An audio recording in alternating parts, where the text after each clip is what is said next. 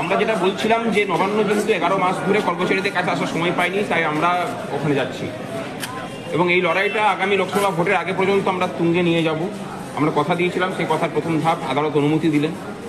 আর নবান্নটাকে যেভাবে একটা মানে যৌতুকগৃহের মতো করে বানিয়ে রাখা হয়েছিল, যে সেখানে কারোর প্রবেশাধিকার নেই, আমাদের সেই সেলফিশ জায়ান্টের সেই মানে ইয়ের কথা মনে করে আর কি। তা এই যে জায়গাটা, এই জায়গাটা অন্তত ভাঙা গেল। আদালতকে ধন্যবাদ যে তারা গণতান্ত্রিক অধিকার প্রয়োগের একটা স্পেস অন্তত দিলেন, যেটা পশ্চিমবঙ্গে বর্তমানে নেই। আমরা নবান্নের সামনে বসছি, সেখানে বলেছেন যে 300 জনকে নিয়ে বসতে হবে। আমরা বলেছি তাই ঠিক আছে, কোনো অসুবিধা নেই, যা কন্ডিশন দেবে সব কন্ডিশনে রাজি আছি। শুধু চাই যে এই জায়গাতে কর্মচারীদেরকে যেতে বাধ্য না করুক, যাতে করে তারা সরাসরি সরকারের বিরুদ্ধে না। আমরা চাই যে সরকার বসে সমস্যার সমাধান করুক। আপনারা তো 19 থেকে 22 তারিখ চেয়েছিলেন, মানে মোট 4 দিন, সেক্ষেত্রে আপনাদের 22 থেকে 24 মোট 3 দিন দেওয়া হলো। হ্যাঁ, আমরা চেয়েছিলাম, সেই ডেটটা তো পেরিয়ে গেছে।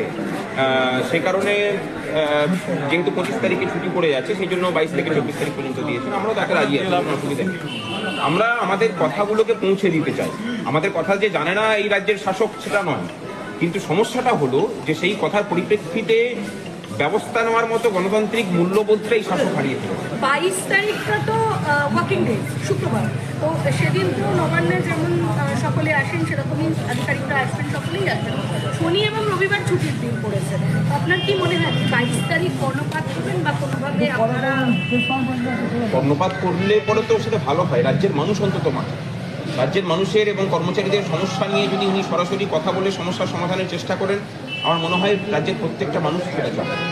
দুঃখের বিষয় যে তার ক্ষমতার অহংকার এতটাই বেশি যে মানুষের রায়কে, মানুষের সমস্যাকে শুনে তার সমাধান করার মতো মানসিকতা তিনি হারিয়ে ফেলেছেন। বাকি সিদ্ধান্ত মানুষ। কিন্তু পুলিশ তো একটা বিষয় বলছিল যে এটা 144 জোন এবং সেখানে আপনাদের সমস্যা হতে পারে বা সেখানে প্রোটেস্ট করা বা ধর্ণা বসানো অসুবিধা আছে, কি বলবেন? দেখুন, 144 মানে সেখানে সিটিং ডেমনস্ট্রেশন করা যাবে না এটা নয়। যদি তাই হতো তাহলে সেই পুলিশের আতিথেয়তায় এই রাজভবনের অদূরেই তো সভা হয়েছে। সংবিধান আলাদা করে কাউকে স্পেশাল পাওয়ার দিয়ে রেখেছে বলে আমাদের অন্তত জানা নেই। দেশের প্রত্যেকটা নাগরিক যে অধিকার ভোগ করেন, সংগ্রামী যৌথ মঞ্চের নেতৃত্বে রাজ্যের কর্মচারীরাও সেই অধিকার ভোগ করেন। এটা পৃথক হতে পারে।